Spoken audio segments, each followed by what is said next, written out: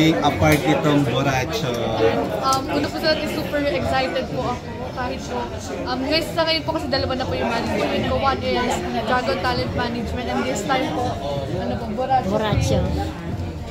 Yes. Parang di ko pa kabusado. Hindi. So ano yung look forward mo dito sa pagiging part ng Borracho? Yes. Since ano po, I'm a former part of Gandaras, which is P-pop.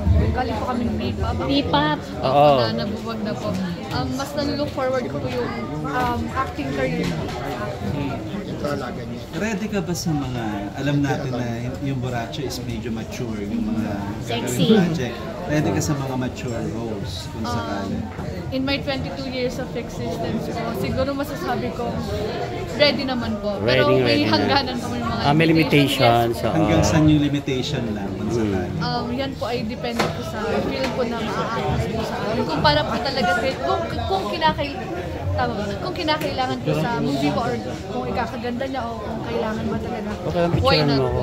Pero kung hindi, baka po pwede mo pag-usapan. Thank you. Pero paano ka napasok sa ano? Paano ka napasok nilang Bambi, di ba?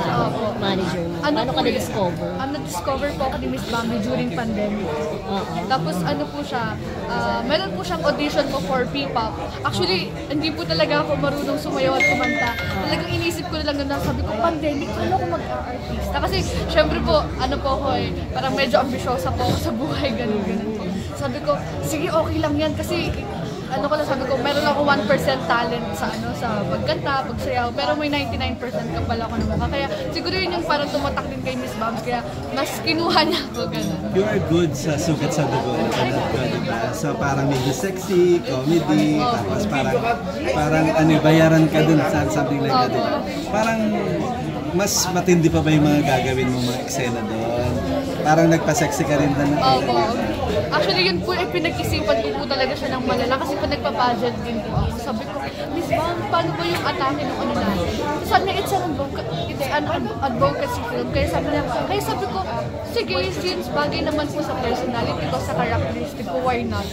Pero kung ngayon po magkakaroon po ako ng opportunity na gano'n, siguro i-grab ko pa rin po. Pero still, depende pa rin po sa story. Last na lang, sino yung gusto mo mga makatrabaho? Given a chance. If I were given a chance po sila, it's either Marian Rivera, Ding Dong Dantes, Barbie Forteza, kasi sila po talaga yung inaabangan ko nung simula bata pa lang po. Yung tipo nakakalabas, elementary po, kakalabas ko lang ng school, so kailangan ko na umuwi para manonood ako ng Marimar, tsaka The Half Sisters. Ayun. Yung Marimar naman, sabi ko, hindi, okay lang yun hanggang alas 9, pero pasok ko kinabukasan alas 9. Sabi ko, hindi, gusto ko talaga sila. Okay, thank you.